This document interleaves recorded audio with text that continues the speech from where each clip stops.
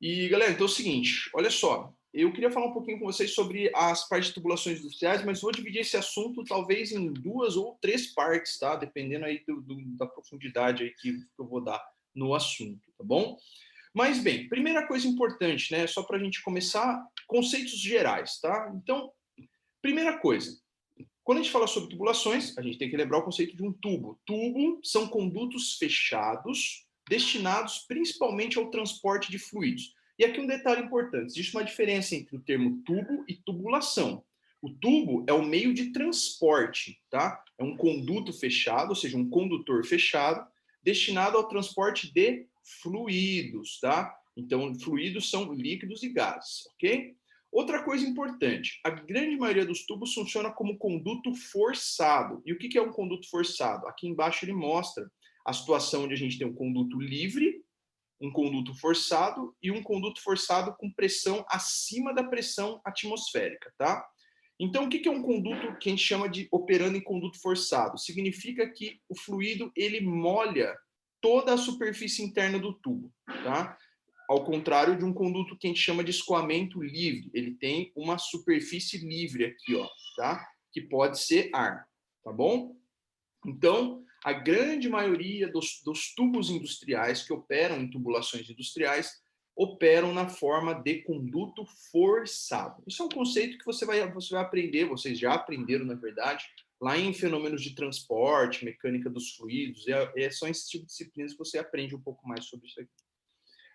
Agora, outro ponto importante, qual que é a diferença, então, entre tubo e tubulação? Então, quando a gente fala tubulação, a tubulação é um conjunto de tubos e os seus diversos acessórios, tá? Então, aí, ao se referir à palavra tubulação, a gente está falando ao conjunto todo, tá? Então, por exemplo, essa imagem aqui atrás que nós vemos, que possivelmente, se eu não estou enganado, é de uma refinaria, você vê um conjunto de tubos, ou seja, o que você está vendo aqui são as tubulações da indústria. Tá? Ou seja, aquele conjunto e os seus acessórios. Beleza? Então, um conceito geral e uma definição de duas palavras, só para a gente não fazer confusão. Tubo e tubulações. O que cada um é. Outra coisa importante é o seguinte.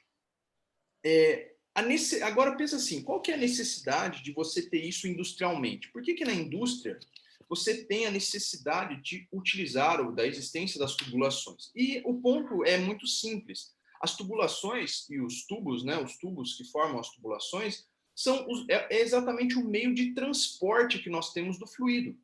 E em muitos casos, o que a gente nota? O ponto de geração. Deixa eu ver. Não, peraí, deixa eu voltar aqui. Cadê meu laser? Não aparece aqui.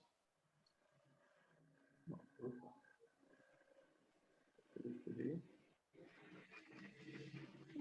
não tem um laser mais aqui, que atualizou, sumiu. Ó, normalmente você tem um ponto de geração ou armazenamento do fluido, tá? Então aqui é com relação ao fluido. O ponto de geração ou armazenamento do fluido, eles podem, em muitos casos, estar distante do ponto de utilização. Então, muitas vezes você usa a tubulação, ou as tubulações, né, para que você conduza um fluido de um ponto a outro. Muitas vezes você tem um reservatório onde você guarda lá água ou uma substância, um reagente que seja, e você precisa transportar aquilo ali para dentro da indústria. Esse transporte, obviamente, é feito pela tubulação. Tudo bem? Agora, olha o seguinte. Quando nós falamos sobre as tubulações industriais, a gente faz uma certa distinção dentro delas, né, baseado no tipo de aplicação que cada tubulação tem. Então, nós temos a primeira separação é entre as tubulações que são classificadas como dentro da instalação industrial e as tubulações que estão fora da instalação industrial. Então, esse é o primeiro ponto. Tubulações dentro e tubulações fora das instalações industriais. As tubulações que permanecem dentro da instalação industrial, a gente divide elas em basicamente 5 categorias, que são as tubulações de processo, as tubulações de utilidades, instrumentação, transmissão hidráulica e drenagem. Tá?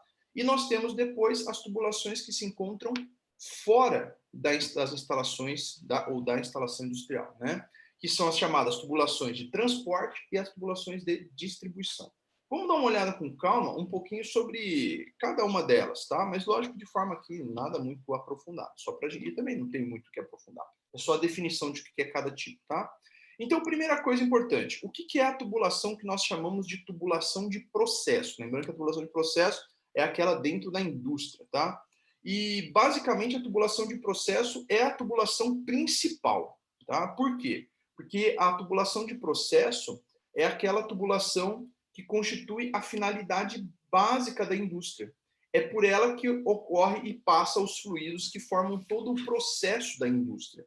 Essa, então, é conhecida como a tubulação de processo, ou seja, relacionado à atividade principal, tá bom? O exemplo que nós temos é, por exemplo, imagina aí uma refinaria. As tubulações que transportam óleo é uma tubulação de processo, porque o óleo é parte da matéria-prima fundamental da refinaria. Outro exemplo são as tubulações que fazem o transporte de produtos químicos em uma indústria química.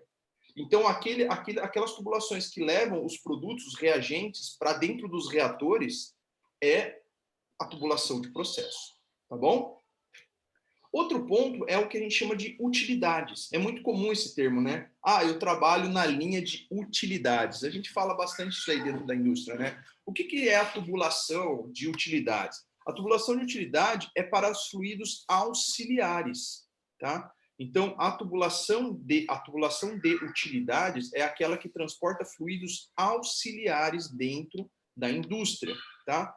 E elas se dedicam não à atividade principal. Então, o que a gente pode ter como a tubulação de utilidades? São as tubulações, por exemplo, as tubulações de manutenção, que faz, por exemplo, o bypass. Então, quando a gente precisa parar uma certa linha, nós precisamos fazer um desvio dessa linha principal, da linha de processo.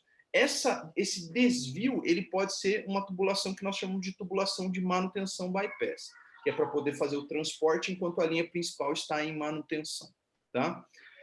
Outra coisa que a gente tem, por exemplo, como uma tubulação de utilidade, é a tubulação de combate a incêndio, ou seja, da água de combate ao incêndio, tá?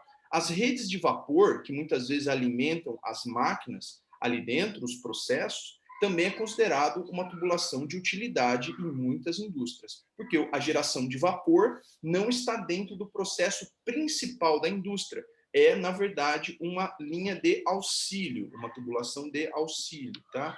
Sistemas de refrigeração, né, como, por exemplo, os condensadores e as evaporadoras, os trocadores de calor, de um modo geral, podem ser classificados como tubulações de utilidade também, tá bom? Então, aqui trouxe alguns exemplos, obviamente que existem outros, tá? Mas eu coloquei alguns aí que o nosso livro cita, né, como possibilidade de tubulações de utilidades. E nós temos também uma outra categoria de tubulações, que é a chamada tubulação de instrumentação. Lembrando que a gente está falando das tubulações internas da indústria, tá? E a tubulação de instrumentação, basicamente, é a tubulação de transmissão de sinal em ar comprimido. Então, o que a gente chama de tubulação de instrumentação é a tubulação que transmite os sinais de ar comprimido, que é muitas vezes utilizado, por exemplo, para acionamento de válvula ou mesmo os instrumentos automáticos da linha. Em muitas indústrias, você tem um conjunto de sistemas que operam com ar comprimido ou hidráulico, né, com óleo. Isso vai depender do porte da força da máquina, tá? Mas essa linha que leva ar comprimido, seja para acionamento de válvula ou mesmo instrumentação, né, instrumentos automáticos, equipamentos, que permanecem ao processo, né, ela é feita através da chamada tubulação de instrumentação, tá bom? E temos também um outro ponto que é a chamada tubulação de transmissão hidráulica. E aí, nesse caso, obviamente, é uma linha de transmissão de óleo, né? Que trabalha normalmente sob elevadas pressões e serve para comandos. Comandos servem mecanismos hidráulicos, ou seja, é uma linha que transmite óleo, que transfere, né, conduz óleo exatamente para acionamento de dispositivos hidráulicos. Beleza? E aqui, lógico, estou falando genericamente, então dando nenhum exemplo de um dispositivo, tá? Mas também existem vários dispositivos dentro de um processo industrial que utiliza-se através de óleo, né, de transmissão hidráulica. Beleza? Então, só para a gente ir separando aí. Temos também uma tubulação que é separada e chama-se tubulação de drenagem. A tubulação de drenagem, ela serve normalmente para conduzir efluentes de processo, ou seja, subprodutos do processo industrial. Então, normalmente, quando você tem uma sobra de produto de um determinado processo, você tem uma linha de drenagem, tá? Que carrega exatamente esses subprodutos, assim chamado de efluentes, tá? Essa linha normalmente transporta isso até o tratamento de efluentes, porque esse efluente normalmente vai ser descartado, mas é muito normal que ele tenha que ser trabalhado, ou seja, ele tem que ser mexido antes de ser descartado. Por quê? Porque às vezes ele está ácido, às vezes ele está em elevada temperatura, ou seja, ele pode ser danoso. Então, essa linha de drenagem é responsável por conduzir os efluentes do processo na linha industrial, na instalação industrial, tá bom? Para o seu determinado destino adequado. Beleza? Então, esse é um ponto. Até aqui, todas essas linhas são consideradas linhas que estão dentro da indústria, tá? Então, ou seja, interno ali no processo industrial. A gente também tem as tubulações, por exemplo, externas, como, por exemplo, a chamada tubulação de transporte. O que é a tubulação de transporte? Ela, basicamente, ela é uma tubulação, como o próprio nome diz, né, empregada para transporte de líquidos e gases a longas distâncias fora da indústria, fora da instalação industrial. Um exemplo que a gente pode trazer, dois exemplos que são comuns aí nas indústrias, é as adutoras de água, ou seja, sistemas de transporte de água para dentro da indústria, tá? E essa linha é feita, aqui tem uma imagem bem interessante que dá para ver isso, né? Uma tubulação, tá vendo, que passa de forma extensa por esse campo.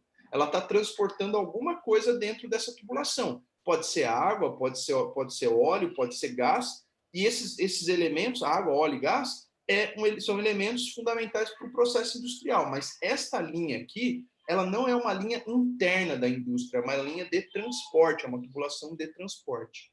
Beleza?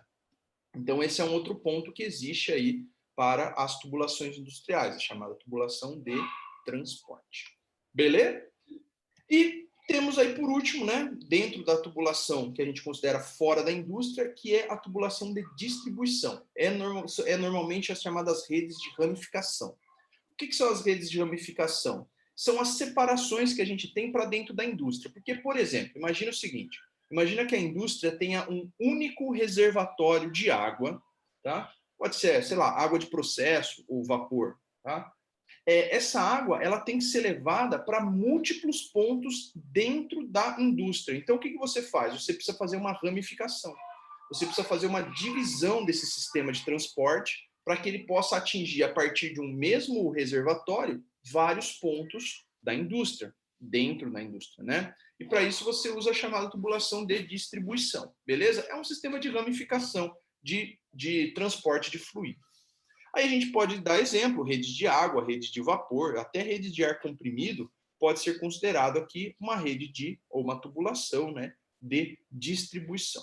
Beleza? Então, isso daqui é um pouquinho sobre a classificação das tubulações industriais quanto à sua aplicação, tá bom?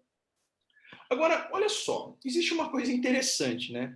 Quando você entra dentro de uma indústria, você muitas vezes se depara com uma imagem muito parecida com essa aqui, né? Às vezes não é tão colorido assim, mas eu quis pegar uma imagem bem emblemática mesmo, assim, para a gente olhar e falar, caramba, mas que coisa bonita e estranha, né? Aí surge dois pensamentos, do tipo assim, meu Deus, por que essas tubulação estão tudo pintada coloridinha? Tem até tubulação rosa, véio. Tem tubulação de tudo que é cor. Tem vermelho, tem amarelo, tem rosa. Isso aqui tá parecendo uma escola de samba, né? E, na verdade, galera, é porque é o seguinte, acho que vocês já devem saber. As tubulações, elas têm cores para você poder saber o que passa por dentro dela, uma vez que a tubulação não é transparente, né? Então, para que você possa simplesmente ver aquela tubulação e ter a certeza do que passa dentro da tubulação, existe um código de cor que é padrão para o Brasil, nesse caso, né, uma vez que a norma aqui é NBR, tá? A 6493, e que, na verdade, dita para nós, e as indústrias seguem isso, tá? Todas as indústrias, né, que têm, obviamente, um setor de qualidade, um setor de segurança do trabalho, né, indústrias que são aí, indústrias corretas, elas seguem esse emprego de norma de cores aí, segundo a NBR 6493. O nome dessa NBR é Emprego de Cores para Identificação de Tubulações. É bem sugestivo o nome, né? E o ponto aqui é o seguinte, Quais são as cores, né? Uma base aí do que a gente poderia ter, que nós temos aqui na NBR, tá? Então, essa NBR, ela tem algumas cores padrões. Por exemplo, ó, uma tubulação preta, pintada em preto, quer dizer que ela transporta fluidos inflamáveis e combustíveis de alta viscosidade, tá? Então, são inflamáveis e combustíveis de alta viscosidade, ou seja, mais densos, como, por exemplo, sei lá, óleo, petróleo, esse tipo de coisa, tá? Quando a tubulação ela é pintada de uma cor mais alumínio, tá? Ela é inflamáveis também, só que combustíveis de baixa viscosidade, tá? Então, para combustíveis de baixa viscosidade, nós temos a cor da tubulação alumínio. Produtos intermediários ou pesados, uma cor creme. Gás que não está na forma liquefeita, tá? Gás que não fica liquefeito. Amarelo. Linha de vácuo. Professor, Fala, querido. posso fazer uma pergunta rapidinha aí, Mas com uma curiosidade? Essa semana tinha uma tubulação amarela no serviço, que ela estava pingando. Aí eu certo. parei e fiquei pensando, pô, amarelo geralmente é gás. Por que gera esse fluido, né? Porque era para ser gás. Não sei se o gás vai em forma de fluido e ele, ou se ele para em algum lugar e ele vira fluido. Condensação, Fluido né? líquido, né? É porque assim, É. o amarelo é gás no estado não liquefeito. Tá? Então, são os gases de transporte não liquefeito. Então, é gás. Só que o que acontece? Um gás, ele pode se liquefazer. Em condições de temperatura e pressão, toda substância pode se liquefazer, correto? O transporte da linha amarela, ela precisa ser o transporte não de fluido no estado liquefeito. Agora, por exemplo, se você tem um vazamento, você está mudando as condições de temperatura e pressão nesse gás que é transportado de fato dentro da linha. E essa Está condição sofrendo uma reação ali, por isso que pode ser que ele esteja... tem explicação qual gás é. É gás não liquefeito, tá? Então pode ser gás de peso molecular alto, peso molecular baixo, não importa. O que importa é que ele é não liquefeito lá dentro, tá? Então ele é transportado na forma gasosa em toda a sua extensão, tá? Agora, se você muda a temperatura e pressão, por causa de algum tipo de vazamento, infiltração, umidade, que seja, você pode fazer com que esse gás, que ora estava transportando de forma não liquefeita, fique liquefeito, entendeu? E aí passe a pingar. Mas esse negócio é meio Então pode perigoso. ser Tomar cuidado, porque esse gás, às vezes, ele pode ser inflamável, né? Então, isso que eu fico pensando. Não estou falando que é, tá? Mas ele pode ser um gás inflamável. Então, vazamentos desse tipo tem que tomar um pouco de cuidado aí. Eu acho que ele não é, assim, inflamável, porque senão alguém já tinha feito alguma coisa. Porque não é de agora, faz um tempo já, sabe? O chão tá até manchado no local. E ninguém fez nada ainda. E eu fiquei pensando, né? Cara, eu vi a tubulação, falei, amarelo geralmente é gás, né? Gás, é gás. Aí gerou essa dúvida, assim, né? Aí você falou aí, eu falei, vou perguntar, vai que é. Não, mas Não tem dimensão mais. E galera, assim, bem, eu não vou ler todos, né? Mas vocês já entenderam. Assim, então, por exemplo, tem uma distinção que é interessante. Por exemplo, o vapor, ele é branco. Só que quando você trabalha com vapor superaquecido, aí ele é vermelho, ele é rajado, né? Ele é branco com linhas vermelhas dos dois lados, tá? É porque você tem o transporte de vapor superaquecido, né? Alguns que são muito importantes, né? Como, por exemplo, água potável. Aqui uma coisa que você não deve confundir também, tá? Que é o seguinte, é a água potável com a água de combate ao incêndio, tá? Então, quando você usa água de combate ao incêndio, a linha é vermelha, tá? A água potável de processo é a linha verde, beleza? Então, separa-se isso daí, tá? A linha verde e a linha vermelha, ambas são utilizadas para água, mas uma para combate a incêndio, outra para água potável, tá? Que pode ser água de processo. E assim por diante. Outra também que é bastante comum é o azul, né? Que é a linha de transporte de ar comprimido, que normalmente é utilizado para acionamento de máquinas, válvulas, etc. Tá bom? E é basicamente isso, tá? Essas que são as cores, elas são ditadas aqui pela NBR. E o que eu fiz? Eu até deixei aqui para vocês, ó, esse link aqui, né? Que é um link do meu Drive. E eu coloquei esse QR Code, porque se você ler com o seu celular esse QR Code, você vai abrir exatamente a NBR 6493 no seu celular. Se você quiser salvar ela também, se você for usar em algum momento, tá? Eu já estou disponibilizando para vocês essa NBR aí, ó. É só ler aqui com o teu celular esse QR Code aqui, ó, que já era. Ou depois, simplesmente, você pode clicar nesse linkzinho aqui também, na aula, e aí você já pode pegar o arquivo da NBR, tá? Aí você usa para estudar, para poder fazer, eventualmente, no teu trabalho, tá? Beleza? Mas é importante saber e ter a norma também para consultar adequadamente, tá? Cada situação. Beleza? Ó, agora, um outro ponto também, quando a gente fala de tubulação industrial, é com relação aos materiais que são empregados nas tubulações. E aí, galera, aqui essa discussão pode ir muito longe. Por quê?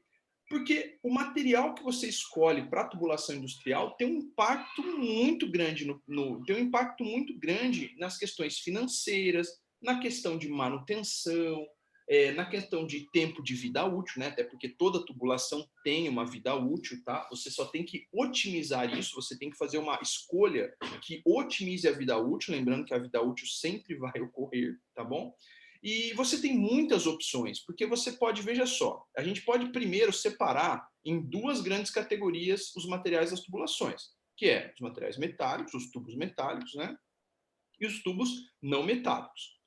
Industrialmente falando, galera, os tubos metálicos são os mais empregados. Não estou falando que os tubos não metálicos não são, tá? Não é isso, não. Só estou falando que as indústrias, normalmente, utilizam-se muito mais os tubos metálicos do que os tubos não metálicos. Mas, claro que isso não é verdade absoluta. Existem vários casos onde os tubos não metálicos também são empregados, tá? E dentro dos tubos metálicos, a gente pode fazer, digamos, duas grandes separações também, que é os tubos metálicos ferrosos, ou seja, cuja estrutura do material é a base de ferro, e os materiais não ferrosos, cuja estrutura do material é a base em elementos químicos não ferrosos, tá? Quais são os tubos que são ferrosos? E aqui eu também, novamente, não tem todos, mas tem uma quantidade razoável de exemplos de tubos ferrosos. Tubos muito comuns de serem utilizados na indústria. Tubo de aço carbono. Por quê? Porque ele é o mais barato. É muito barato a tubulação de aço carbono, mas é lógico que nem tudo é flores, né? O custo é baixo, mas nem sempre tem nem sempre tem todas as vantagens que você gostaria. E às vezes tem mais desvantagem do que vantagem, tá? Então, mas dos tubos ferrosos, com certeza o mais utilizado é o tubo de aço carbono. Logicamente, se o processo ali tem condições corretas para a utilização desse tipo de material. Se assim tiver, a opção pelo tubo de aço carbono é uma das melhores, porque ele é o mais barato mesmo, tá? Nós temos também tubos em aço liga, ou seja, material. Lembrando que o aço carbono é aquela mistura ferro e carbono apenas, tá? A gente chama de aço carbono. O aço liga já é uma mistura ferro-carbono mais elementos de liga. Nós temos, por exemplo, os aços inoxidáveis, os tubos de ferro fundido, ferro forjado, ferro ligado, ferro nodular. Isso aqui é tudo ferro fundido, tá? Os tubos não ferrosos, aí você tem o cobre e ligas, né? Ligas de cobre. Nós temos os latões, as ligas cobre-níquel, né? Aqui, cobre-níquel, ligas alumínio, níquel e ligas. Aqui alumínio é alumínio e ligas, né? Metal monel, tá? Então também isso aqui é bastante utilizado, principalmente para efeitos corrosivos, né? Principalmente se você trabalha com corrosão salina, tá? A liga monel é muito boa, muito cara também. Chumbo, titânio, zircônio e etc. Tá? Aqui, outra coisa, desculpa. Outra coisa que eu não comentei aqui é o fato. Vai para frente. Aí. É o fato de que todas essas tubulações elas podem ter revestimentos, tá? Então aqui eu estou falando do material da tubulação. Essa tubulação ela pode ter revestimentos internos e externos, beleza? Então esses revestimentos eles podem ajudar a proteger o material do tubo. Isso também é uma coisa comum de existir. Aqui eu estou falando sobre o material que compõe o tubo e não sobre o revestimento propriamente, tá? Diga-se passagem, o revestimento externo mais comum é o quê? É a tinta, é a pintura, tá? O revestimento externo. O interno, não. O interno pode ter uma série de revestimentos, como zincagem, cromagem, passivação, revestimentos em borracha, em teflon. Então, tem vários tipos de revestimento, tá? Aí é uma outra história aqui. Bem, um outro ponto também são os tubos não metálicos. E aí você pode ter, não metálicos, né? Então não tem estrutura metálica no material do tubo. Então você tem tubos de cimento, tubos de concreto, barro, borracha, vidro, cerâmica, sei lá. Você também tem os tubos plásticos aqui, né? Aqui são os tubos de origem mais cerâmicas, né? Esse daqui de cima, tá? E você tem os tubos de plástico. E aí você tem o PVC, né? Que é bastante utilizado mais para questões residenciais, né? Ou comerciais. Tubos de polietileno, acrílico, acetato, epóxi, poliéster, fenólicos, etc. Então você pode ter aí outros materiais para compor as tubulações, nesse caso de materiais poliméricos, materiais plásticos. Beleza? Então, assim, isso aqui é uma visão bem geral sobre as possibilidades de tubos. Aí você fala assim, professor, mas devido a todas essas possibilidades, como que eu escolho, né? Porque parece que é muito, né? São muitas opções, e realmente é uma quantidade grande de opção. E aí a primeira coisa que vem na cabeça de vocês, vocês podem falar assim, se você não for um cara muito experiente, você vai falar assim, professor, a primeira coisa que eu vou fazer é ver o preço. Porque preço é tudo, né? Dinheiro é tudo, né? Mais ou menos. Na verdade, o preço, ele é o último fator de análise, por incrível que pareça. Um setor de engenharia sério de uma empresa sempre avalia o custo como sendo o último parâmetro de análise dentro das condições ou dentro dos tubos ideais selecionados. Eu vou mostrar para vocês, ó.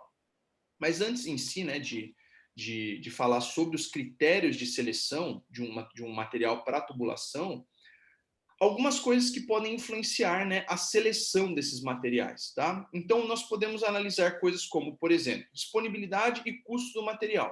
Então, será que a gente tem esse material disponível para compra? E qual é o custo? Então, esse é um parâmetro. Não quer dizer que é o primeiro, não estou falando isso. Só estou falando que esses são fatores. Outra coisa, resistência à corrosão. Isso aqui é algo muito importante. Por quê? Porque se você instala um tubo que não tem a resistência à corrosão adequada para o processo, para o fluido em questão, o dano que aquilo lá vai gerar à tubulação vai ser muito alto e a vida útil daquele tubo vai diminuir consideravelmente. E se você programa alguma coisa para ter uma vida útil de 10 anos, você acaba tendo uma vida útil de 10 meses. E isso é muito problemático dentro de uma indústria, né? Então, o fato de analisar a resistência à corrosão é importante. Outra coisa, resistência mecânica e tempo de vida, tá? Por quê? Porque a resistência mecânica, assim como a corrosão, também vai influenciar a vida útil da peça, tá? Facilidade de fabricação e montagem, ou seja, será que aquele material ele pode ser facilmente fabricado e montado na tua indústria? Fluido conduzido, então isso é importante, porque você tem que conhecer muito bem a natureza do fluido que você está passando naquela tubulação. Isso indica, por exemplo, concentração, pH, presença de impurezas, contaminantes. Quando fala pH, é o nível de acidez, né? Se o fluido é mais ácido, se ele é mais básico ou se ele é mais neutro. E isso influencia, por quê? Porque como o fluido escoa em contato com as paredes internas do tubo, essa acidez, né, o pH que esse fluido tem, pode sim interferir e muito na vida útil do tubo. Além de você poder, se você fizer a seleção incorreta, você tem um problema ainda até maior. Você não só danifica o tubo, como você contamina o fluido do processo. Isso é uma coisa muito problemática, né? Porque você imagina, você tem um fluido lá que você preparou, um fluido que você comprou, um reagente que você comprou com uma pureza super alta, que você vai utilizar para fazer um remédio. Imagina lá, você vai fazer um remédio. Aí você, sem querer, passa por dentro de uma tubulação incorreta, de forma selecionada, de forma incorreta. E aquele fluido reage com aquela tubulação. Ou seja, ao reagir, aquele fluido, aquele reagente, né, ele simplesmente perdeu suas características, ele sofreu contaminação. Aí você vai jogar um reagente contaminado para fazer um remédio. Você imagina o problema que isso não dá? Imagina uma indústria alimentícia, já pensou no problema? Uma indústria alimentícia transportando um determinado fluido numa tubulação e esse fluido, sei lá, imagina molho de tomate. Você vai lá, molho de tomate, aí você passa por uma tubulação, está toda oxidada. O que vai acontecer? Contamina o molho de tomate. Aí você embala e vende. O que vai acontecer? Você mata meio mundo, né? Beleza? Então, esse é um cuidado importante que tem que ser feito pela equipe de engenharia, tá? É conhecer, antes de mais nada, o fluido que você vai conduzir pelo tubo. Somente assim você vai saber que material você vai poder utilizar. Porque quando você conhece o teu fluido, com certeza uma série de materiais você vai ter que excluir. Tá? E aí já é um bom princípio, agora vocês já entenderam mais ou menos um dos caminhos que a gente segue na seleção dos materiais para tubulação, né? Outra coisa são as questões de segurança. Essa tubulação, o material que você vai utilizar, fornece um nível de segurança adequado, por exemplo, para sobrecarga de temperatura, sobrecarga de pressão? Será que há segurança ou esse material ele suporta, ele está no limite? Tá? Isso é uma outra coisa. Condições de operação do processo. Isso aqui também é um outro ponto muito crítico. Além de conhecer o fluido, você tem que conhecer as condições de operação. O que são condições de operação? Temperatura, vazão, velocidade de escoamento, pressão. Quais são os dois aqui que são, digamos, super críticos? Temperatura e pressão. Temperatura e pressão são duas variáveis de processo que influenciam muito na seleção do tubo.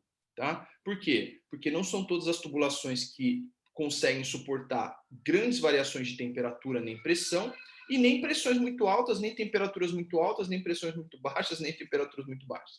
Então, a seleção do material envolve a condição do processo, ou seja, a condição com que o fluido vai passar pela tubulação. Qual é a sua temperatura? Qual é a pressão do fluido? Qual é a vazão? Tudo isso impacta na especificação da tubulação.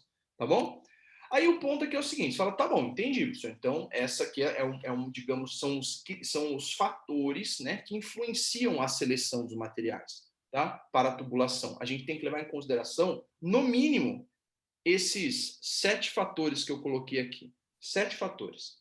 Mas como que a gente organiza um pouco isso? Aí, por isso que eu coloquei aqui, ó, algumas considerações que a gente deve fazer para a seleção. E como que a gente pode começar? Galera, primeira condição, e aqui a gente pode pensar isso numa ordem, tá? Então, esse aqui é o primeiro critério, aí nós temos um segundo critério e um terceiro critério. O primeiro, então você não vai começar do terceiro, você tem que começar do primeiro critério. O primeiro critério, então você vai fazer uma primeira seleção baseada neste primeiro critério. Qual que é o primeiro critério? Conhecer os materiais disponíveis comercialmente e as suas limitações. Então, por exemplo, não adianta você falar assim, compra um tubo de aço carbono aí que vai dar certo. Não vai dar certo. Por quê? Quais são as limitações desse tubo? Será que eu consigo comprar esse tubo? Aqui na minha região, alguém vende isso daí? Eu estou falando de aço carbono, mas esse é um tubo muito normal. Mas imagina que você fala assim, eu quero comprar uma liga Monel. Uma liga Monel, cobre níquel. Essa liga, galera, é um tubo muito específico, muito caro e não é facilmente encontrado. Ele é comercial, mas você não consegue encontrar em qualquer região para comprar. Você vai ter que transportar muitas vezes. Você tem uma indústria lá no Nordeste, mas a fábrica fica no Sul. Entendeu? Então, você não consegue encontrar esses tubos disponíveis com grande facilidade. Então, nesse caso, você tem que ver a disponibilidade comercial. Esse é um primeiro ponto. E, antes de mais nada, descobrir quais são as vantagens e limitações desse material. É importante conhecer, tá? Qual é as limitações que esse tipo de material para a tubulação oferece? E quais são as suas vantagens, né? Quais são os benefícios e as limitações, tá? E aí a gente pode pensar o seguinte, a gente pode trabalhar com algumas perguntas na nossa cabeça, como por exemplo, em que processo eles não podem ser empregados? Então, por exemplo, isso é com relação à limitação, né? Então, por exemplo, um tubo de aço carbono, feito em aço carbono, que processo ele não pode ser empregado? Será que a gente pode passar qualquer coisa por dentro de um tubo de aço carbono? Será que se a gente passar, por exemplo, um ácido, um material altamente corrosivo, será que o tubo de aço carbono ele não reagiria com esse aço? Então a gente tem que conhecer isso. Em que condições apresentam maior e menor resistência? É que eu queria chamar a atenção para um ponto importante, e às vezes a gente negligencia isso, tomar muito cuidado. Porque é o seguinte, um tubo, um material, na verdade, ele não apresenta as mesmas propriedades com relação a temperaturas e pressões. Então, por exemplo, existem materiais que não podem ser empregados. Fala assim, putz, eu tenho um fluido, a pressão é baixa, é um fluido neutro, não reage, mas só que ele é transportado a menos 40 graus Celsius, é um fluido a menos 40 graus Celsius. Você acha que qualquer material, se ele resfriar a menos 40 graus Celsius, você acha que todos os materiais vão manter as propriedades mecânicas, corrosivas, etc.? Se você comparar com ele a temperatura ambiente, é lógico que não. Porque os materiais eles sofrem transformações de fase, transições de fase. Então, existem materiais que são adequados para baixas temperaturas, existem materiais que não são adequados para baixas temperaturas. Então, as condições, onde esse material vai sofrer mudanças de resistência, é muito importante você conhecer. Beleza? Outra coisa também é a possibilidade de corrosão. Ou seja, ou melhor, né, a pergunta é, há possibilidade de corrosão? Ou seja, esse material que você está escolhendo, ele tem quais as possibilidades de corrosão? Será que ele suporta corrosão ácida? Será que ele suporta corrosão básica? Será que ele suporta corrosão salina?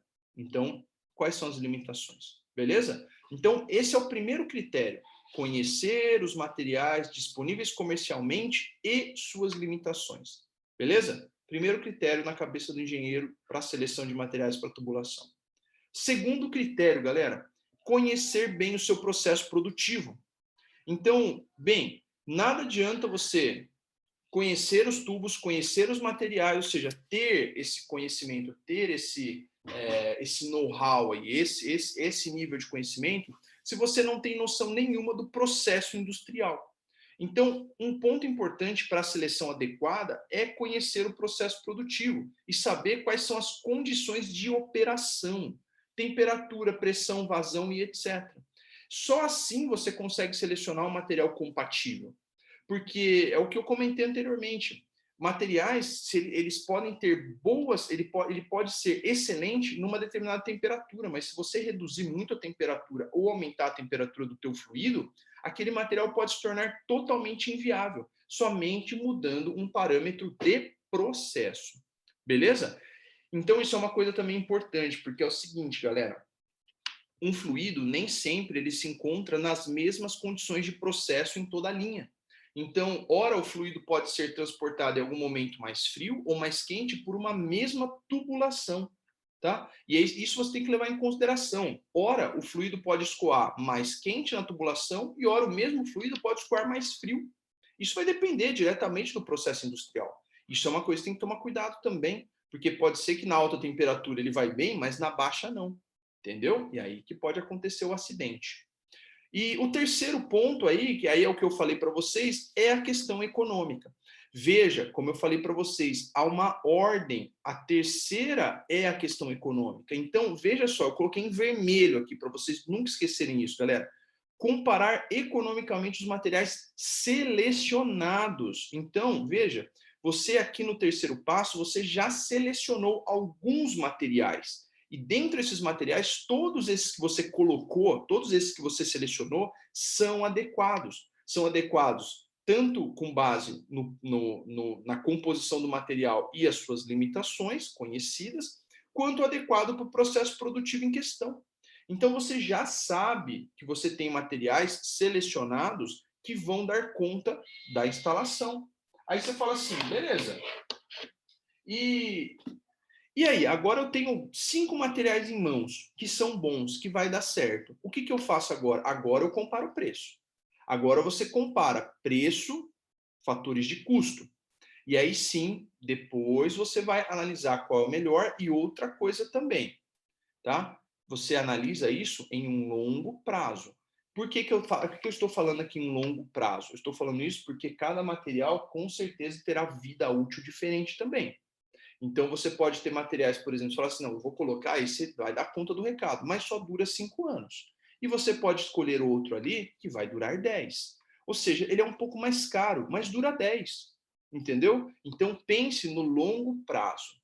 Até porque fazer uma manutenção de uma linha de tubulação industrial é um problema. É um problema porque exige tubulações auxiliares de bypass, né? Às vezes nem tem.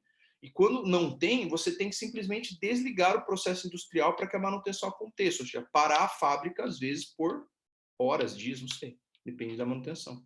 Tá? Então, esse fato de você escolher um material que tenha um preço adequado, mas também tenha um benefício a longo prazo, tem que ser levado em consideração. Beleza? Então, aqui, veja, eu não coloquei nada critérios que são objetivos, são critérios subjetivos aqui, tá? Então, você tem que levar em consideração esse raciocínio que eu montei aqui, para que vocês possam, de fato, escolher um tubo adequado. Beleza? Olha só para a gente ter uma noção de custo relativo. E aqui um detalhe importante, tem um asterisco aqui, ó, que eu queria chamar a atenção, que o asterisco fala assim, ó, apenas para referência, não deve ser utilizado no critério de seleção. Aqui você tem que cotar os materiais especificamente, tá? Mas só para você ter uma noção, imagina um tubo de aço carbono estrutural, um tubo de aço carbono comum. O custo relativo dele é 1, tá? Então imagina lá, ele vale 1. O aço carbono com qualificação, que é aquele que foi passado por testes de, por exemplo, hiperbáricos, sistemas de vácuo, ou seja, que teve um sistema de qualificação para verificar o quão bom, né, o quão qualificado encontra aquele material, ele vai ter um custo relativo um pouco mais alto, exatamente porque está agregando valor à qualificação, à certificação do material. Tá? Você pode ter, por exemplo, o aço liga, por exemplo, o aço cromomolibdênio. O custo relativo dele com relação ao aço carbono é 3,1, ou seja, ele é 3 vezes mais caro do que um aço carbono estrutural, um aço carbono comum. Um tubo de aço inox 304, tá? Muito utilizado na indústria, muito, muito. Tá? Aço inox 304 é carne de vaca, muito utilizado, principalmente em indústrias que trabalham com corrosões ácidas, corrosões básicas, indústria farmacêutica, indústria alimentícia. Aço carbono, inox 304 é muito utilizado. Por quê? Ele tem boa resistência à corrosão, tem boa resistência mecânica, boa resistência às temperaturas, mas ele tem um custo elevado. Mas dentro dos inox, para tubulação, ele é um dos mais baratos, se comparado, por exemplo, aqui com o 316. Tá? Então, veja, o aço inox 304 tem um custo 11 vezes o custo do aço carbono. Lembrando novamente, essa tabela, não use ela como uma referência absoluta para a seleção. Ela é apenas uma referência de custo relativo. Tá? Então, só para a gente ter uma noção da relação de preço entre os materiais. Inox 316, e aqui vem outros, tá? Então, tubulações feitas em ferros fundidos, veja que é uma tubulação mais barata, mas também não tem a mesma qualidade de uma tubulação de aço estrutural, tá? Alumínio, latão de alumínio, tá? Que é uma liga nesse caso, liga Monel. Lembra que eu falei para vocês da liga Monel, que é uma liga cobre-níquel? Olha o precinho, 32. Ou seja, uma tubulação 1 metro, no mesmo diâmetro schedule, né, a mesma espessura de parede, ela vem a ter cerca de 32 vezes mais caro do que um aço comparado com aço carbono estrutural. Tá? Ou seja, é um preço muito alto por esse material. O ponto aqui é o seguinte, o que acontece é, você seleciona esse material, obviamente, quando nenhum outro aqui dá conta. Tá? Então, quando você não tem a possibilidade de nenhum outro anterior dar conta, você vai ter que partir para o mais caro mesmo. Mas é um preço que tem que se pagar por segurança, por vida útil e etc. Tá bom? Tubos de titânio é uma coisa bem mais incomum, mas existem para alguns processos, né, que podem exigir esse tipo de tubulação quando necessário para algum tipo de resistência especial. Tá bom? E... Professor, Fala, querido, manda. só uma dúvida. Então, o custo relativo seria uma porcentagem para você fazer o comparativo entre um material e outro, referente ao custo dele. Exato, exatamente. Tá. É para você poder fazer um comparativo, só que tem um detalhe. A referência é o tubo de aço carbono. Entendi. Entendeu? Agora, eu Tá. pensar num exemplo. Ó. Lembra Tá. que eu falei de novo. A gente tem, de forma correta, a gente tem que trabalhar com os custos do fornecedor. Tá? Mas essa tabela é para a gente poder ter uma noção, um overview mesmo das relações de preço entre materiais. Então, por exemplo, imagina que um tubo de aço carbono custe R$10. Um tubo, sei lá, de 1 metro, 10 metros, sei lá, seja. Só estou inventando um número aqui. Então, imagina, você vai comprar um tubo, ele tem um certo diâmetro, uma espessura de parede, etc, etc. E ele custa R$10 o tubo de aço carbono. Imagine que você vai pegar o mesmo tubo, só que, ou seja, com o mesmo tamanho, com o mesmo comprimento, com o mesmo diâmetro, com a mesma parede, tudo igual, só que de feito de 304, inox 304. Qual que é o preço dele para o mesmo tubo? Se o tubo de aço carbono é 10 e o relativo é 1, o aço carbono é 11 vezes esse preço.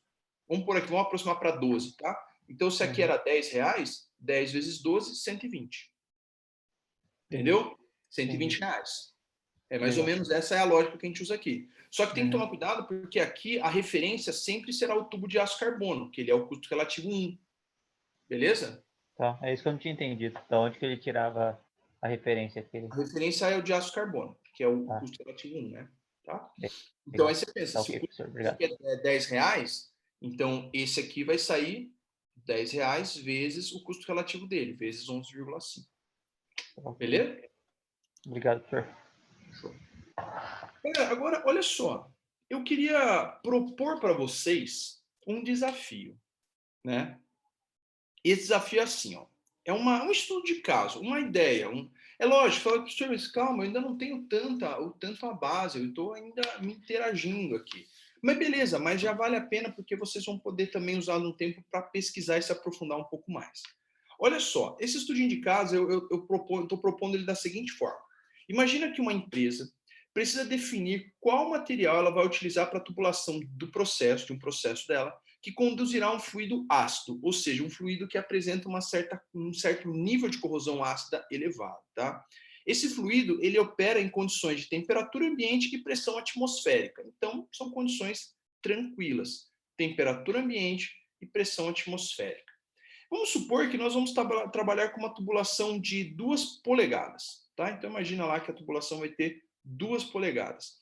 Eu gostaria o seguinte, eu vou separar a nossa sala em 2 grupos. Tá? 2 grupos. Cada grupo vai pensar nessa condição aqui, independentemente. Então, cada grupo aí vai dar mais ou menos 10 pessoas em cada grupo. Eu vou fazer o quê? Eu vou pegar aqui o Zoom, vou abrir aquelas salas paralelas do Zoom, tá? Aquelas salas que chama de salas simultâneas, tá? Vou abrir 2 salas simultâneas. Cada grupo vai pegar esse problema e vai ter que tentar encontrar uma sugestão de material e uma justificativa de por que você escolheria aquele material, né? Para que você pudesse suprir exatamente esse processo aqui. Note, eu não dei muitos exemplos, eu não dei muitos detalhes, por exemplo, qual é a temperatura. A pressão é a pressão atmosférica, né? Então, por exemplo, isso é lógico que a pressão e a temperatura determinaria a resistência do material, né? Então, você poderia fazer cálculos aqui sobre isso, mas não é o caso.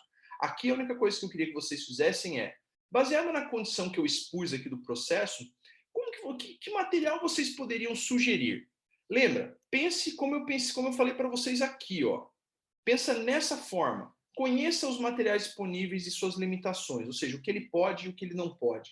Conheça as variáveis do seu processo produtivo, que é, nesse caso, temperatura e pressão. Temperatura ambiente, pressão atmosférica, tranquilo. E depois, análise econômica, tá?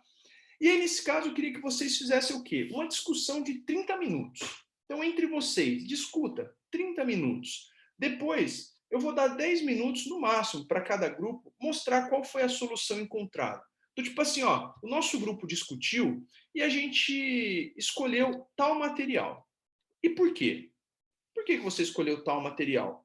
Beleza? Aí a questão é, será que esse material realmente supre esta demanda aqui? Beleza? Se der para fazer uma estimativa de custo, o que não é muito simples de fazer, né? Porque a gente não vai agora ligar para o fornecedor às 10h20, né? Para poder perguntar o preço do produto ali. Mas, caso vocês encontrem alguma informação de valor para aquele produto, pode ser interessante. Caso vocês queiram usar, eventualmente, essa tabela, caso vocês selecionem elementos que aqui estão, tá? Também é válido. Beleza? E, bem, então o que eu vou fazer? Eu vou criar aqui, um detalhe, eu deixei aqui um QR Code para vocês acessarem um material que eu separei que descreve um pouquinho das limitações que cada grupamento de material possui. Então, por exemplo, quais são as limitações, as vantagens e as desvantagens que nós temos dos tubos de aço carbono? Qual é as vantagens que nós temos dos tubos de aço inoxidável? Qual que é a vantagem, desvantagem, entendeu? Então, um material, digamos assim, simplificado, mas que te dá um pouco dessa informação. Você fala, professor, eu preciso me limitar a ler somente esse material? Não. Você pode procurar essa informação na internet, você pode procurar em sites de fabricantes, não importa. O que importa é, nós temos 30 minutos aí para poder procurar, definir algo, discutir no nosso grupo e apresentar a nossa solução. Galera, vamos começar então? Algum grupo aí se prontifica aí para expor aí, só para dar uma rápida explicação aí sobre que material escolheu, o porquê, né, que esse material talvez seria mais adequado, alguma justificativa, né? O que vocês querem? Alguém quer começar?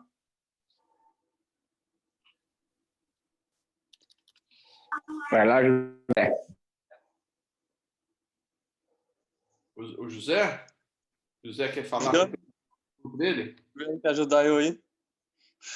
Pode todo mundo falar, assim, podemos fazer um bate-papo aqui, não é nada. Professor. Professor. Pode falar? Diga, pode falar. Então, nosso grupo, assim, que era eu, o José também era do meu grupo, né, tava num... Mas o material inicial que a gente pensou foi o aço inox, né, devido à corrosão, essas coisas.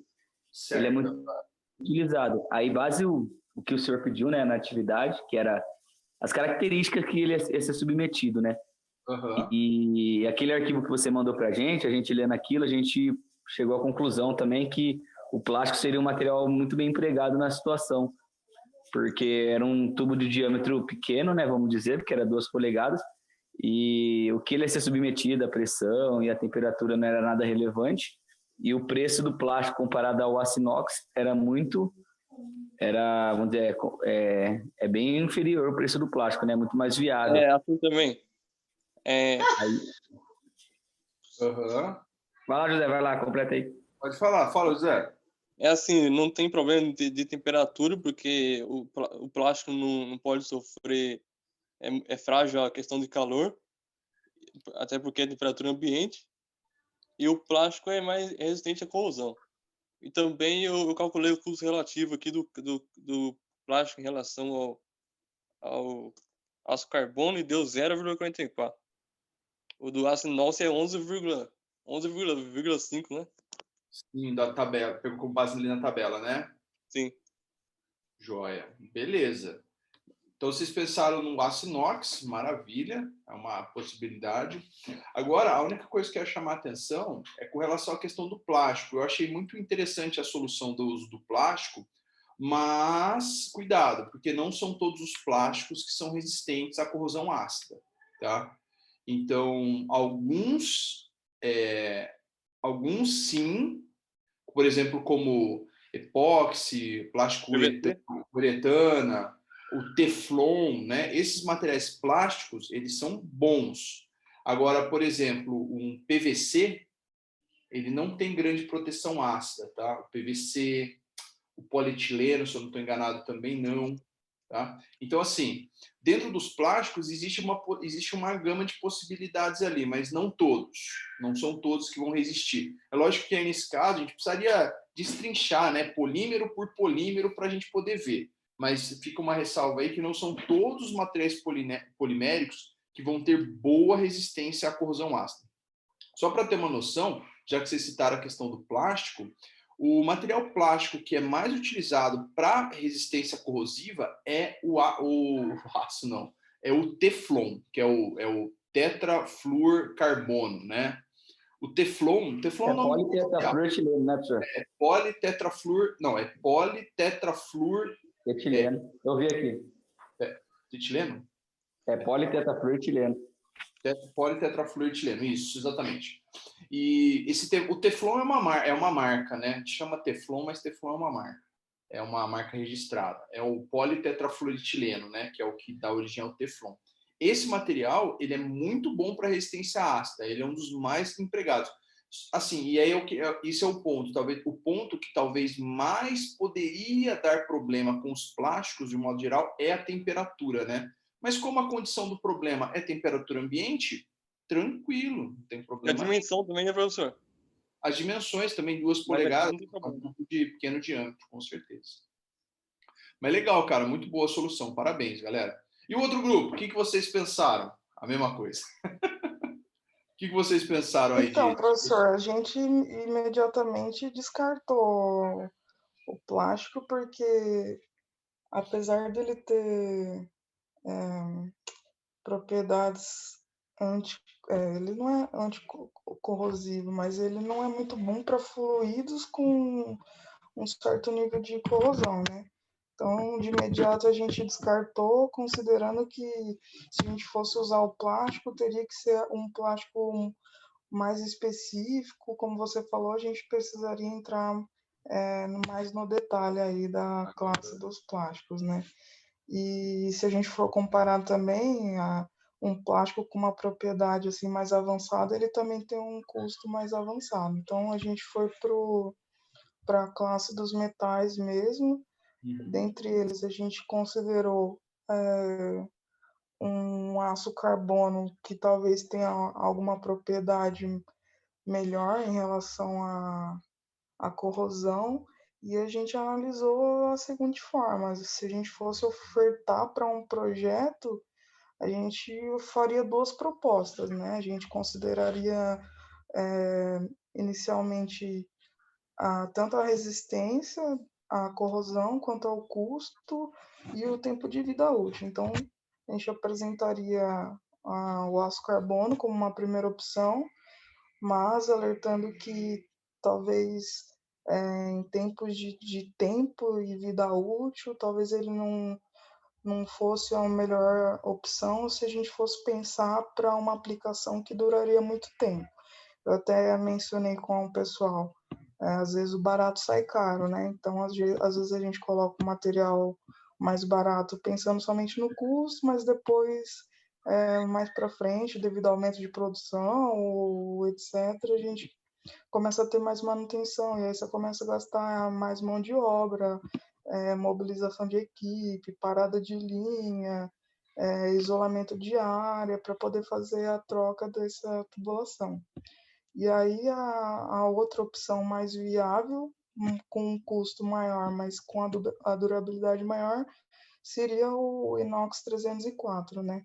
Dentro da classe dos inox, aí seria uma opção razoavelmente boa. Para essa aplicação seria excelente, né? Porque você falou que ele não teria uma concentração de acidez muito alta e teria uma durabilidade aí muito maior se esse projeto tivesse previsto com uma vida útil aí grande da fábrica. Legal, ótimo, ótima solução, Ana.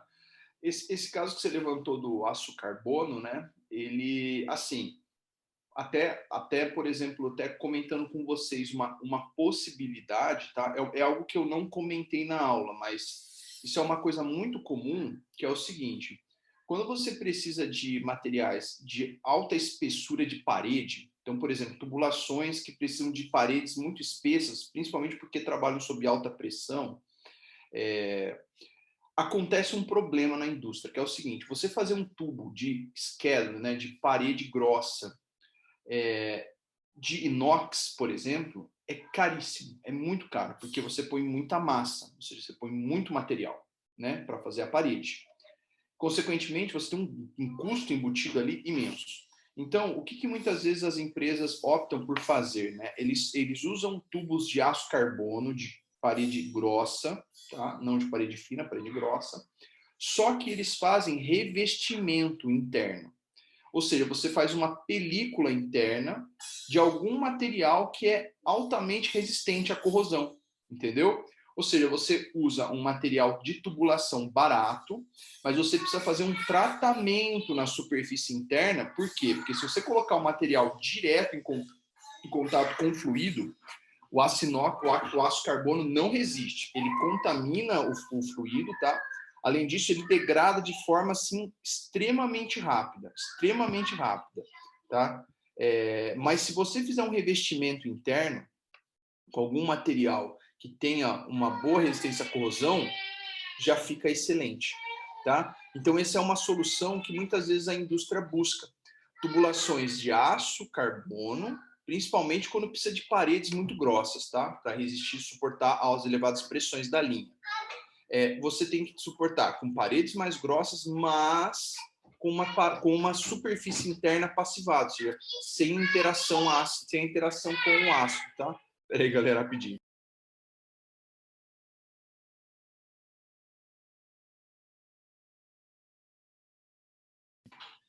Então, assim, essa é uma possibilidade interessante, mas bacana. Gostei do raciocínio de vocês, Ana. Muito bom também.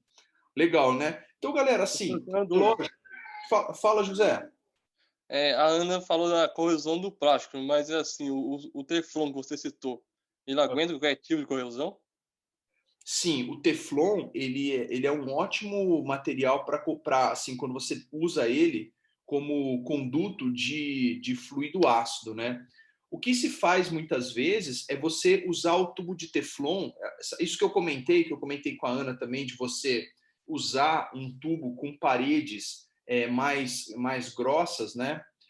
De metal, de aço carbono, mas revestir é muito feito com teflon isso também, tá? Porque o teflon, ele não é um plástico barato, tá? O teflon, pelo contrário, é um plástico relativamente caro, mas que tem essa excelente propriedade de resistência à corrosão. E o teflon, ele é interessante porque ele é um dos plásticos que mais suporta a temperatura, mas não se engane, a temperatura do teflon é algo em torno de uns 180 graus, mais ou menos, tá? Ou seja, plástico tem sempre o problema da temperatura, independente de qual plástico você esteja falando, ele sempre degrada em alta temperatura. Então, o teflon, ele é um material que suporta uma temperatura relativamente alta, mas lógico que nada comparado com os metais, tá? Deixa eu ver só se eu acho aqui, facinho na internet, aqui, ó, uma válvula com revestimento de teflon. Quer ver? Vocês vão entender o que eu estou querendo falar. Deixa eu ver se eu acho uma foto, eu mando o link para vocês verem aqui, ó. Aqui, ó, vai dar para ver bem essa aqui, ó. Deixa eu ver aqui. Deixa eu ver uma imagem mais ilustrativa um pouquinho. Vou pegar essa daqui, ó. Aí acho que essa aqui tá legal porque tem um corte aqui. Eu vou só copiar o link, galera. Eu vou jogar aqui no chat. Eu vou compartilhar a tela, né? Peraí, rapidinho. Mas que bobagem, né? A gente fica tão avoado que a gente até esquece do que dá pra fazer. Ó, então deixa eu compartilhar aqui a tela rapidinho, ó. Essa imagem que vocês estão vendo aqui, eu procurei assim de forma bem simples. Válvula revestida Teflon, tá? Essa válvula que vocês estão vendo aqui, ó, o que ela é? Ela é uma válvula, o corpo dela é em aço, mas internamente todo o acesso do fluido por dentro dessa válvula, o corpo por dentro é revestida de Teflon, que é esse material branco aqui, tá? Então o que acontece? Por que se faz isso? Porque não é viável construir uma válvula toda feita de Teflon, por vários motivos. Primeiro que é um plástico, e plástico não tem muita resistência mecânica, né? O Teflon também não é um material que tem resistência mecânica comparada aos metais, tá? Então, nessa situação, o ideal é você fazer um corpo de suporte em aço carbono, que obviamente sai mais barato também, e revestir internamente o corpo todo da válvula interna, as partes internas, toda em Teflon. Ou seja, você tem uma excelente válvula para resistências de materiais corrosivos. Entendeu? Você pode ter, por exemplo, também, aqui eu não sei se a gente vai encontrar fotos, por exemplo, tubulações, ó, tubos revestidos Teflon, deixa eu ver se... aqui, ó, tá vendo? Ó? Não sei se vocês estão vendo minha tela aqui, estão vendo, né? Ó, você vê esses tubos aqui, ó, que tem, sei lá, vou pegar um exemplo qualquer. Por exemplo, esse aqui, ó, ele é um tubo revestido de PTFE. PTFE é politetrafluoretileno, tá? Que é o nome que a gente dá para o Teflon. Então, note, você tem um tubo que é feito de aço carbono, né, de parede grossa, e por dentro você tem um revestimento de Teflon, exatamente para você poder compensar a resistência à corrosão. Fala, querido, manda. Claro que eu peguei um aço comum, mas deu um custo relativo de 0,44. Se pegar o Teflon, um aço com Teflon, mesmo assim vai dar menor do que um aço inox, por exemplo. Entendi isso. Se você pôr tudo na ponta do lápis, acaba ainda saindo mais barato, né? Sim.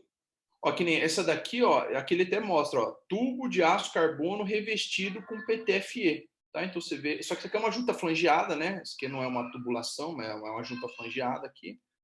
E você tem basicamente o revestimento interno, seria essa imagem aqui, basicamente, tá? Beleza? Então você vê, tem duas flanges, né? E você tem o que seria o tubo aqui, né? O tubo flangeado. Beleza? E por dentro você vê que é todo de Teflon, mas o corpo é aço carbono. Beleza? Essa é uma outra possibilidade também, que é uma coisa que eu não tinha falado durante a aula, mas eu só citei rápido, que é a possibilidade dos revestimentos internos de tubulação, que é uma coisa muito utilizada também. Às vezes, na indústria, galera, a gente não opta por tubulações feitas de plástico, de nenhum plástico, na verdade, por causa da resistência mecânica. As tubulações de plástico não possuem a mesma resistência mecânica de um tubo de metal. Então, assim, em nível industrial, exceto se for alguma coisa muito pequena ou alguma coisa uma linha muito paralela, uma coisa que não é nada da linha principal, aí eventualmente opta-se por um tubo de plástico, um PVC, um polietileno, ou mesmo um tubo de Teflon, né? Mas quando se fala de linhas industriais, se você precisar usar plásticos, né, você normalmente o plástico é utilizado como revestimento interno. Externamente sempre se usa algum tipo de tubo metálico, por causa da resistência mecânica que ele tem e você pode controlar também a parede, né, a espessura da parede, porque isso é o que vai conferir a resistência, principalmente à pressão interna que esses tubos podem estar submetidos, tá? Então sempre se opta por esse tipo de solução aí. Beleza? Tá bom, galera? Então é isso aí. Mas bacana, parabéns aí pela discussão. Acho que a ideia é essa mesmo, galera. A gente discutir entre nós, discutir entre vocês, né? Acho que sai a ideia é a gente pensar assim, porque um time de engenharia dentro de uma empresa é isso, na verdade, tá, galera? Normalmente essa é a situação. Você se depara com um problema, isso é jogado numa mesa com o time de engenharia, né? Os responsáveis ali pela parte de manutenção e projeto, né? E desenvolvimento da indústria. E aí esse time discute esse tipo de solução, tá? Então essa é a ideia. Normalmente a gente não trabalha sozinho dentro de uma empresa, né? Existe pelo menos um par, né? Você e mais um, no mínimo, aí, para poder fazer essas discussões, beleza? Mas bem, de qualquer forma, eu queria falar uma outra coisa ainda com vocês um pouquinho hoje, que é um pouco sobre o processo de fabricação de tubos. A tubulação industrial, ela pode ser fabricada, digamos, de duas formas. Os que a gente chama de tubos sem costura e os tubos com costura. Cada um vai ter uma propriedade e cada um também vai ter um modo de fabricação diferente, propriedades diferentes, tá? E muitas vezes aplicações também, por causa das características que cada tubo adquire. Em essência, existe basicamente duas formas de fabricar tubo: tubos sem costura e tubos com costura. Eu vou falar o que é a costura, né? O que é isso que a gente está chamando de costura? O tubo sem costura, ele é um tubo inteiriço, ou seja, ele não tem emenda. Não tem emenda no corpo do tubo, longitudinal, tá? Emenda longitudinal, não emenda transversal. Emenda ao longo do tubo, tá? Isso é um tubo que a gente chama de sem costura. Agora, o tubo com costura, ele tem uma emenda. Por quê? Porque esse tubo, ele parte de uma chapa. Ou seja, o tubo, ele era uma chapa que foi processada na forma de um tubo. Foi calandrado, né? Ele foi dobrado na calandra, formando o tubo, e depois ele foi soldado. Então, aqui eu até mostro uma imagem para vocês verem. Ó. Essa imagem aqui é de um tubo com costura. A costura é essa solda, essa linha que vocês estão vendo aqui, ó, passando, você vê aqui internamente no tubo, ó, uma linha, tá vendo? Ó?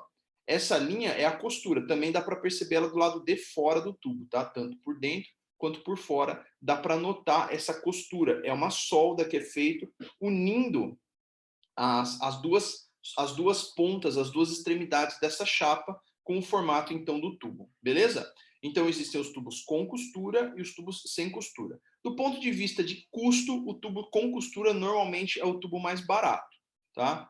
Mas não oferece as mesmas características do tubo sem costura. Beleza? Mas bem, vamos falar um pouco sobre a fabricação, porque esse é o ponto aqui. A fabricação do tubo sem costura, ela pode ser feita em basicamente três: a laminação, a extrusão e a fundição de tubo sem costura. A laminação normalmente é empregada para diâmetros maiores, a extrusão para diâmetros menores, tá? E a fundição, ela pode ser até diâmetros médios a grandes aí também, dá para fazer, tá bom? Mas a fundição, ela é um pouco mais específica aqui. E o tubo sem costura, normalmente é uma fabricação por soldagem. Então, é uma chapa que é calandrada, né, forma do tubo, e depois ela é soldada, ela é unida ali por uma solda, tá?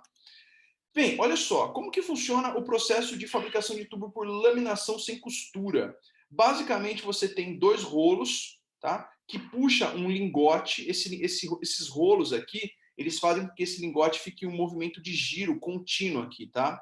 Um sistema pressiona esse lingote contra essa ponteira, que vai te dar exatamente a parte interna do tubo. Essa ponteira é o que vai definir o diâmetro interno do tubo, tá? Então, esse lingote, ele é empurrado, né, contra essa ponteira, fazendo com que o lingote vá avançando aqui, né, nesse caso, representado da esquerda para a direita, num movimento de giro contínuo aqui, tá? E à medida que esse lingote vai sendo apertado, normalmente isso aqui é feito em alta temperatura, tá? Aqui é uma imagem do lado que dá para ver, ó. Isso aqui é a haste da ponteira, aqui é o tubo, tá? E aqui por dentro estão esses roletes aqui, os rolos oblíquos que eles chamam, né? Beleza? E aqui você já tem o tubo saindo formado aqui, né? A ponteira está aqui na frente, já aqui dentro do tubo. Beleza? Então você vai impulsionando, movimentando esse lingote contra essa ponteira e aí o tubo vai se formando na saída aqui da ponteira. Tá bom? Da haste da ponteira, né? Só para vocês terem uma ideia, esse tipo de processo é utilizado para tubos de grandes diâmetros. Aqui no Brasil você encontra tubos, né, segundo a referência, pode ser que está um pouquinho desatualizada, pode ser até que você encontre maior, mas segundo dados aí, no Brasil encontra-se fabricação de tubos de até 14 polegadas pelo processo de laminação. Já no exterior, você pode encontrar tubos de até 24 polegadas pelo processo de laminação. Lembrando que isso aqui é um tubo sem costura, tá bom? Beleza? O tubo com costura, você pode fazer um negócio monumental, tá? Mas sem costura, não é tão simples fazer esse processo para grandes diâmetros, tá? E só para ficar um pouco mais fácil, eu trouxe um vídeo rapidinho só para vocês verem como que é esse processo de uma forma um pouco mais animada, tá? Para não ficar uma coisa só aí, o diagraminha ali, o esqueminha, tá? Ó, vamos dar uma olhada. Então esse é o lingote, ó. Normalmente, como eu falei, esse processo é feito a quente, tá? Não é a frio, não, é a quente. Ó, você vai ter o sistema aí, os rolos, né? Os rolos oblíquos. Ó, então, o que os rolos fazem? Ó, eles mantêm o movimento de giro do lingote, ó, e esse ele é impulsionado contra aquela ponteira. Ó. E o tubo vai se formando ao longo da haste da ponteira. Né? Depois de feito isso, ele passa por um processo de acabamento. Né? Isso aí é chamado de rolos de acabamento. Ele é basicamente a superfície, né? Ela leva um acabamento melhorado e depois um resfriamento. Tá?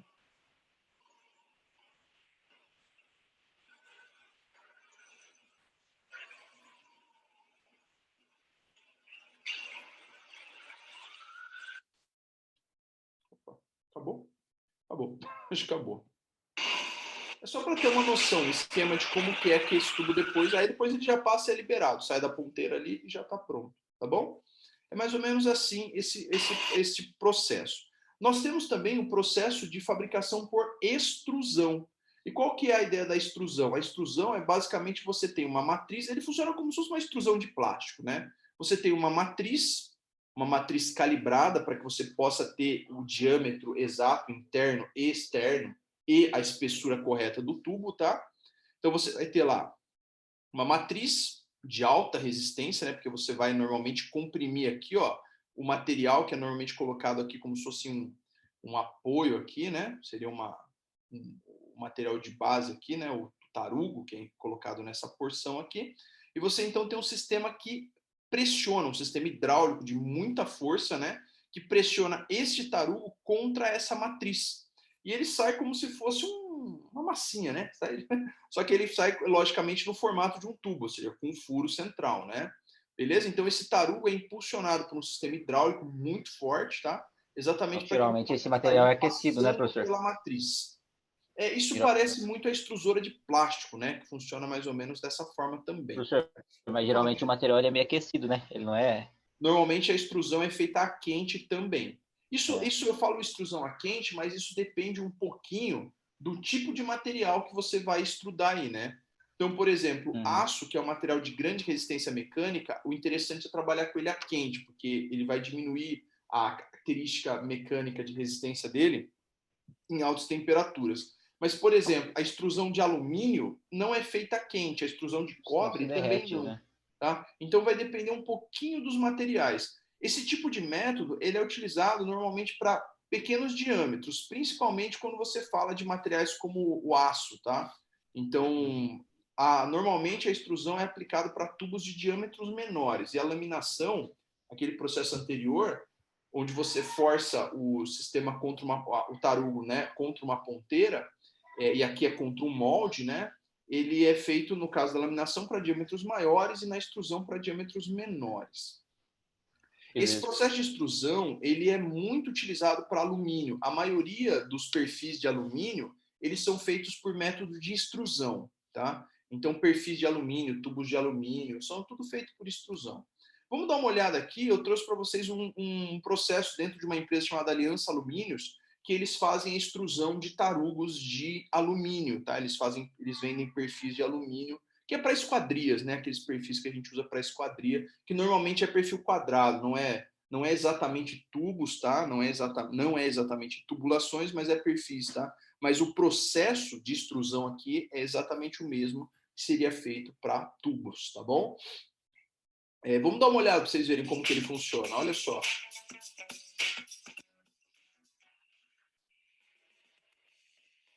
Esses são os tarugos, né? Os tarugos de alumínio. Aí você tem a máquina extrusora, né? Beleza?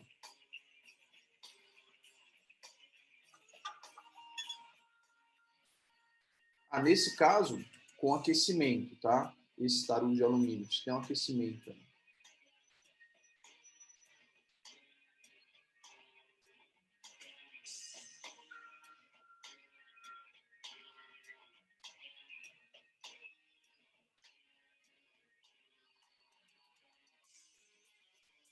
Eles cortam o tarugo, né, por causa da extrusora, né? Então, você não precisa fazer um processo contínuo, até porque um tarugo desse tamanho, com esse volume, te dá tubulações, uma quantidade muito grande, né, de tubos, de perfis nesse caso, né?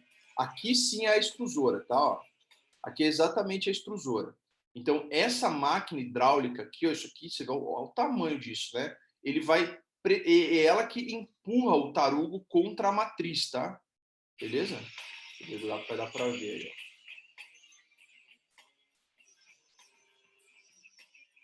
Aqui, ó, essa parte aqui, tá?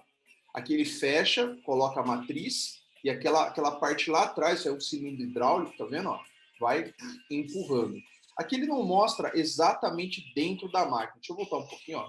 Então, ó, peraí, deixa eu colocar aqui. Tá? Então, aqui o que ele faz? Ele fecha e a matriz está aqui na frente, tá? Ele fecha aqui e depois vem com o cilindro hidráulico aqui empurrando esse alumínio contra a matriz, né? A matriz de extrusão. Aí, olha que interessante. Ele mostra a troca da matriz de extrusão, tá vendo? Você vê que aqui a matriz, o formato aqui da matriz, ó. Deixa eu ver se ele detalha um pouquinho aqui. Ó, o formato aqui da matriz, olha que legal. Esses vãozinhos que estão aqui, ó, é exatamente o vãozinho do perfil que vai sair. Ou seja, o material ele tem que passar por esse vão aqui, ó. Beleza? E aí esse vão vai te dar exatamente o formato, nesse caso que é do perfil, né? Mas poderia ser uma matriz de tubo também, tá bom? E aí é basicamente isso daí. Então ele vai sair aqui com o perfil do alumínio, né? Que é? Você note, olha o tamanho, né? A finurinha que é isso aqui. E você precisa passar aquele tarugo por esse vãozinho aqui, né? Beleza?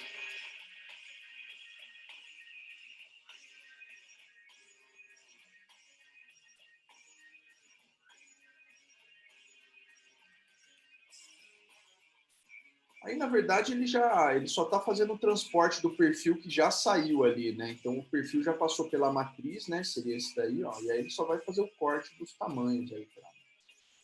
é para poder fazer o produto final deles, né?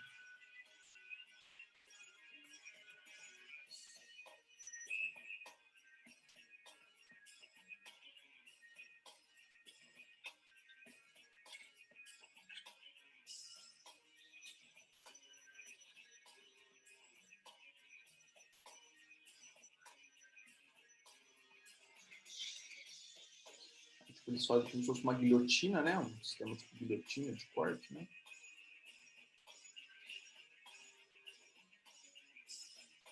Você vê o processo todo automatizado, né? O negócio é fantástico, né? Quase o operador não põe a mão em quase nada ainda. Aí é só o processo de empilhamento, tal, separação. Mas bem, isso aqui não interessa para mim. Isso aqui é só o processo final. Galera, agora, olha só um outro processo de fabricação de tubos também sem costura, bastante interessante. O processo de fundição. O processo de fundição ele é muito empregado na fabricação de tubos de ferros fundidos, concreto, cimento, né, cimento amianto, que é uma mistura aqui, né, e barro vidrado, tá? E o processo, esse processo ele é muito interessante. Ele funciona pelo efeito de força centrífuga.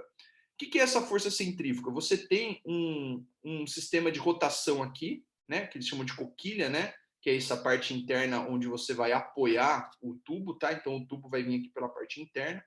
Esse sistema fica rodando por roletes aqui. Então você tem um sistema de roletes aqui, isso aqui fica girando, tá? Como se fosse, sei lá, como se fosse uma máquina de lavar, tá? E o que acontece? Quando você liga uma máquina de lavar no modo de centrifugação, o que ele faz? Ele expele a água de dentro para fora, né? E é isso mais ou menos o que eles fazem. Eles colocam o material dentro dessa máquina, dentro desse dispositivo em rotação.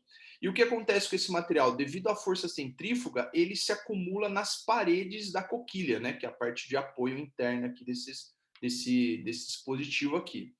E aí, logicamente, que depois de um tempo, esse material vai resfriar ali dentro, né? Ele entra fundido, e por isso do processo, fundição, tá? Nesse caso, entra no estado líquido.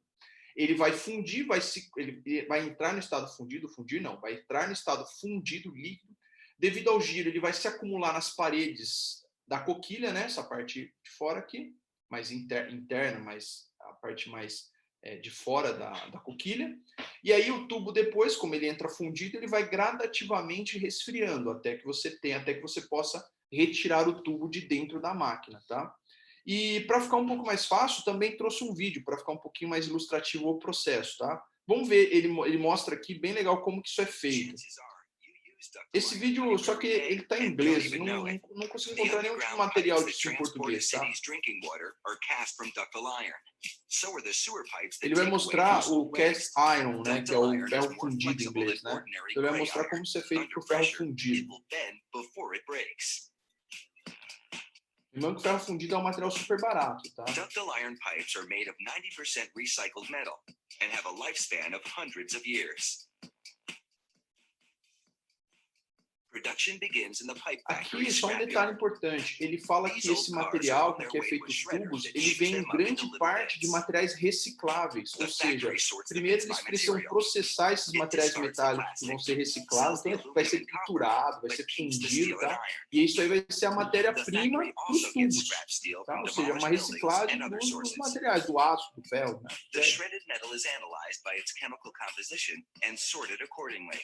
Tá vendo? Então, olha isso. Fica tudo, né? Processo do bicho bem pequeno.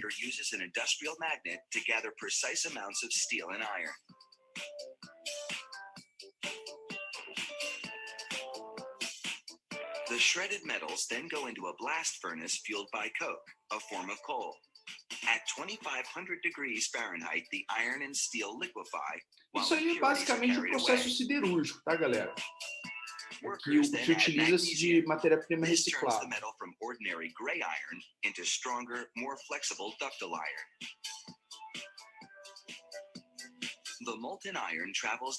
Aí, ó, aqui sim é o processo de tubulação por fundição. Olha que interessante, isso aqui é o alimentador, isso que você está vendo, ele está jogando ferro líquido lá dentro. E esse sistema que vocês estão vendo aqui está girando lá dentro, está em giro, tá? Ó, tá vendo lá? Dá para ver aqui a rotação, tá vendo? Ó? E aí, pelo efeito de centrífuga, esse material líquido se acumula nas paredes da coquilha. Tá? Olha o tamanho do tubo. Esse negócio imenso, né? Veja lá. The molten iron fills the void between the core and mold, forming a flared edge called a bell. The core also seals off that end of the mold, preventing molten iron from flying out during casting. When it's time to connect the pipes, installers will fit the bell of one pipe over the straight end of another. A rubber gasket seals the link together. The casting machine can make pipes of different diameters by changing the size of the mold inside.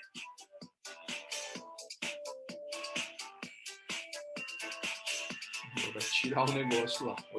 After the pipe is extracted, inspectors weigh it and measure the wall thickness to be sure everything meets specifications. Then, on the bell end, they remove the core. Since it's made of sand and plastic resin, it simply disintegrates.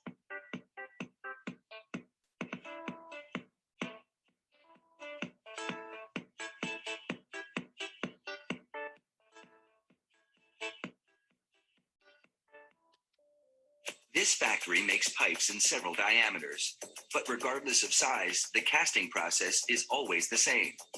It just takes less time with smaller pipes because they harden faster. Para tubos menores, né? A freshly cast pipe is around 1500 degrees Fahrenheit, but it cools quickly after leaving the mold. Such rapid cooling makes the iron brittle, so the pipe goes directly into a gas-fired annealing furnace that reheats it to 1700 degrees Fahrenheit. This alters the internal structure of the iron, making it strong and flexible. Aí ele só está comentando que esses tubos, eles passam por um processo de tratamento térmico depois da fabricação, tá? Para conferir ele resistência e flexibilidade, né, para a aplicação dele. Porque quando ele é tirado exatamente da máquina de fundição, né, do cast iron machine ali que ele comenta, esse material não tem as propriedades ainda adequadas, por isso da necessidade desse tratamento térmico antes da venda, né, antes de você ter o produto acabado. To prevent the iron from corroding, the inside gets sprayed with cement, building up a lining an eighth of an inch thick. Ele fala aí de um revestimento interno que eles passam para evitar a oxidação, né? Porque como é um material ferroso, a oxidação é muito alta, né? Então passa-se um revestimento interno exatamente para evitar for a few isso. seconds to smooth out the cement. The entire pipe is painted inside and out. This seals the surface, enabling the cement to cure over the next 24 hours. It also provides some extra rust protection. Finally, a robot paints a stripe around the straight end of each pipe. This is a depth guideline, so installation crews know when they've inserted the straight end of one pipe as far as it can go into the bell end of another.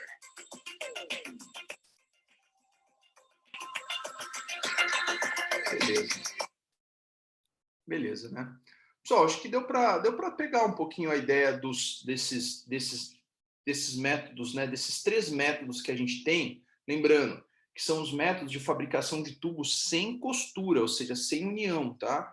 Então, é o método da laminação, da extrusão e da fundição. Lógico que cada um tem a sua particularidade, cada um tem um tipo de material que é mais utilizado do que outro, tá? Mas são métodos possíveis para a fabricação de tubos sem costura. Nós temos também os tubos com costura, tá? Que são os tubos que normalmente são mais baratos, mas que também têm qualidades, né, e características diferentes dos tubos sem costura, né? Beleza? Mas, calma, a gente fala isso na semana que vem, porque já deu nosso horário, a gente já está em cima da hora, e aí eu falo com mais calma para não ficar na correria. Beleza, galera? Então deixa eu dar uma interrompida aqui na nossa aula. E